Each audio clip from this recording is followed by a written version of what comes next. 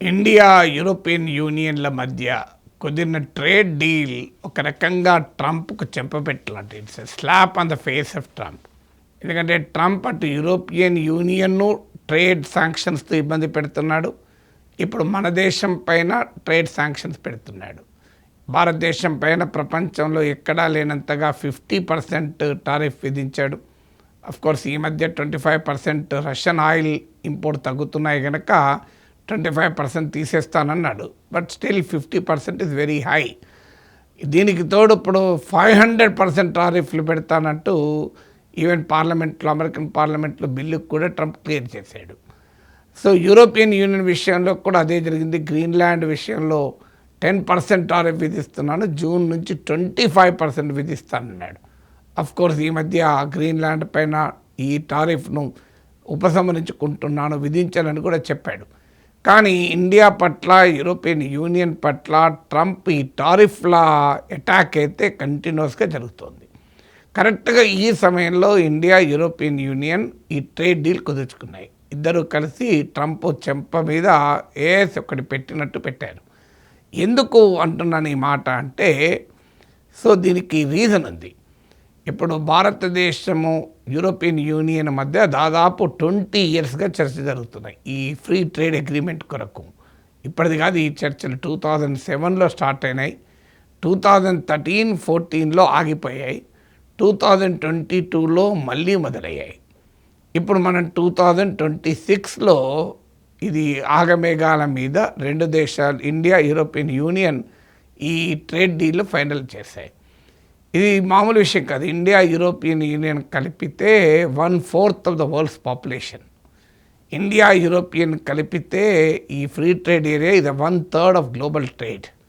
So 1/4 ప్రపంచ జనాభాలో 4వ వంతు, ప్రపంచ వాణిజ్యంలో 3వ వంతు రిప్రజెంట్ చేస్తుంది ఇండియా అండ్ యూరోపియన్ యూనియన్.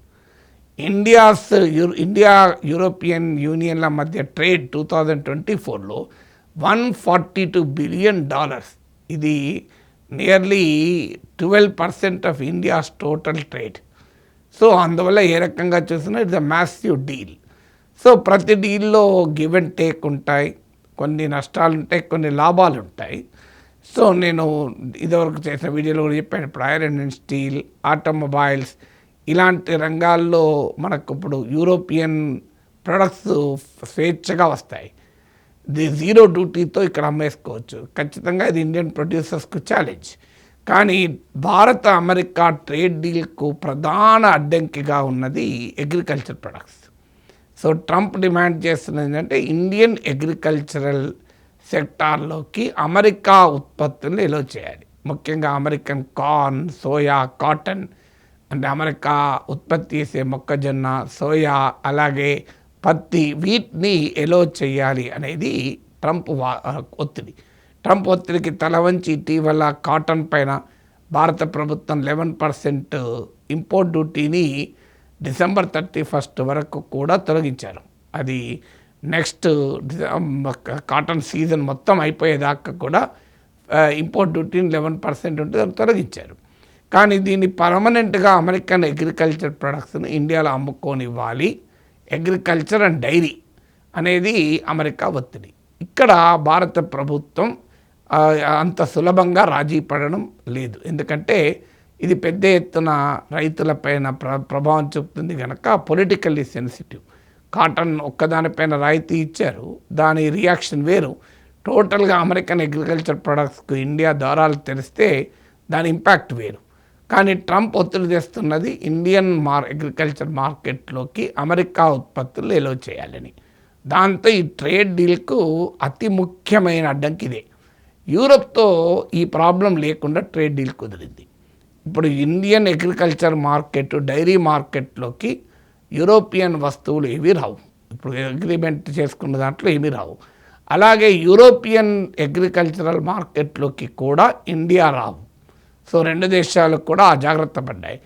కానీ ఒక అడ్వాంటేజ్ అంటే కొన్ని యూరోపియన్ ప్రొడక్ట్స్ వస్తాయి, కానీ అవి ఇండియాలో అంత పెద్ద ఇష్యూ కాదు. ఇప్పుడు ఉదాహరణకు అమెరికా కార్న్, అమెరికా పత్తి, సోయా, అమెరికా మొక్కజొన్న, మన దేశంలో కూడా ఈ సోయా, కాటన్, మొక్కజొన్న బాగా ఉత్పత్తి చేస్తారు. కానీ ఇప్పుడు యూరప్ నుంచి వచ్చేటువంటి products, processed meat, olive oil, cheese, ఇలాంటి ప్రొడక్ట్స్ మన దగ్గర వస్తాయి. అవి ఆ స్థాయిలో భారతదేశంలో ఉన్న ప్రొడ్యూసర్స్ పైన ఇంపాక్ట్ చూపకపోవచ్చు అనేది అంచనా. We have to see it in experience. So ఇక ఆటోమొబైల్ ఇష్యూలో కూడా ఒక ప్రధానమైన సమస్యగా ఉండే యూరోపియన్ ఆటోమొబైల్ కంపెనీలను ఇండియాలో స్వేచ్ఛగా ఎలో చేయాలి అని. కానీ ఇప్పుడు కుదిరిన అగ్రిమెంట్ ప్రకారం 70 lakh ఎబోవ్ ఉన్న కార్లే జీరో ఇంపోర్ట్ డ్యూటీతో వస్తాయి. అబౌట్ అంటే జీరో అంటే మీకు ఈ అగ్రిమెంట్ కిందకి వస్తాయి, జీరో కాదు. 110% అనేది 40% తగ్గుతున్నాయి. సో ఫ్యూచర్లో ఇంకా 20%, 10% తగ్గుతాయని. యాజ్ ఆఫ్ నవైతే 110 నుంచి 40% తగ్గుతాయి. అయితే ఇవి 70 lakh ఎబోవ్ ఉన్న కార్లే. దీనివల్ల ఏమవుతుందంటే ఇండియన్ లగ్జరీ కార్ మ్యానుఫ్యాక్చరింగ్ మాత్రం ఇబ్బందులు పడుతుంది. ఎందుకంటే యూరోపియన్ కంపెనీస్, వోక్స్ వ్యాగన్ వీటితో పోటీ పడాల్సి ఉంటుంది. కానీ బిలో 70 lakh కారే, నాన్ లగ్జరీ కార్స్, ఈ ప్రొడక్షన్ మీకు ఎఫెక్ట్ కాదు. అందువల్ల major sectors of India automobile ఇండస్ట్రీకి ఇది ఛాలెంజ్ కాదు. అది కూడా మళ్ళీ కోటా సిస్టమ్ పెట్టారు. 2.5 lakh కార్స్ వరకే ఈ ట్యాక్స్ ఈ రాయితీ వర్తిస్తుంది, కన్సెషన్ వర్తిస్తుందని. అలాగే మీకు యూరోపియన్ వైన్ కూడా ఇండియాలో డ్యూటీస్ తగ్గించారు. ముఖ్యంగా ఫ్రాన్స్ లాంటి వాళ్ళు వైన్ ప్రొడక్షన్ ఉంది. కానీ ఇక్కడ కూడా కోటా పెట్టారు. బియాండ్ ఏ కోటా ఎలో కాదు. అంటే కంప్లీట్గా కాకుండా కొంతవరకు ఇంపాక్ట్ అయ్యేది నిజం. ఇప్పుడు మీకు కొన్ని సెక్టార్స్ ఖచ్చితంగా ఇంపాక్ట్ అవుతాయి. కానీ అదే సమయంలో ఇప్పుడు ఉదాహరణకు నేను ఇంతకుముందు చెప్పాను, iron and steel, processed meet, ఇలాంటి వాటిలో ఆటోమొబైల్స్ ఖచ్చితంగా యూరోపియన్ ప్రొడక్ట్స్ ఇండియాలోకి వచ్చి పడతాయి. కానీ అదే సమయంలో ఇప్పుడు మనకు టెక్స్టైల్స్, జ్యువెలరీ, లెదరు, ఇలాంటి సెక్టార్స్ ఉన్నాయి. సో ఈ సెక్టార్స్ మీకు అమెరికా ట్రంప్ విధించిన ఆంక్షల వల్ల బాగా దెబ్బతింటున్న లేబర్ ఇంటెన్సివ్ సెక్టార్స్ ఇవన్నీ. సో ఈ సెక్టార్స్లో ఇప్పుడు యూరోప్ మార్కెట్లోకి ఇవి స్వేచ్ఛగా వెళ్ళగలుగుతాయి. 27 యూరోపియన్ కంట్రీస్కు ఇవి చాలా సులభంగా మనం అక్కడ అమ్ముకోవచ్చు డ్యూటీస్ లేకుండా. సో ఆ రకంగా అమెరికన్ మార్కెట్ దెబ్బతింటే ఈ వస్తువులకు యూరోపియన్ మార్కెట్లోకి ఎక్స్పాండ్ అవ్వటానికి అవకాశం ఉంటుంది. అందువల్ల ఒక రకంగా India European union deal it's a క్లియర్గా ట్రంప్కి ఒక చెంపపెట్టు, నువ్వే లేవు, నీ ఆధిపత్యమే నడవదు, వీ హ్యావ్ అదర్ పార్ట్నర్స్ అని చెప్పడానికి ఉపయోగపడుతుంది.